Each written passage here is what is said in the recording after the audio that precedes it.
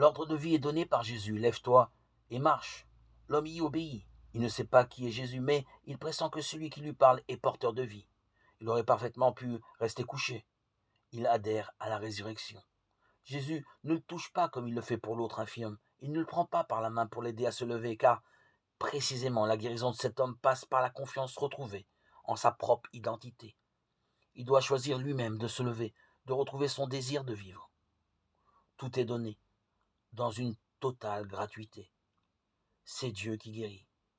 Mais il nous est demandé un acte intérieur pour saisir le don.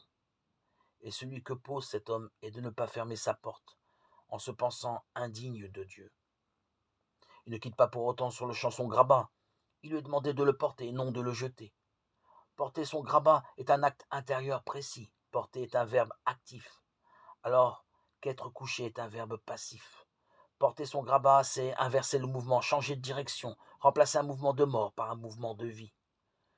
Porter son grabat au lieu de le jeter signifie que nous ne partons pas de rien, nous ne repartons pas de zéro, nous nous levons, nous mettons en route, mais à partir de notre passé. Porter son grabat, c'est cesser d'être agrippé à son mal, c'est prendre conscience de ses vrais problèmes.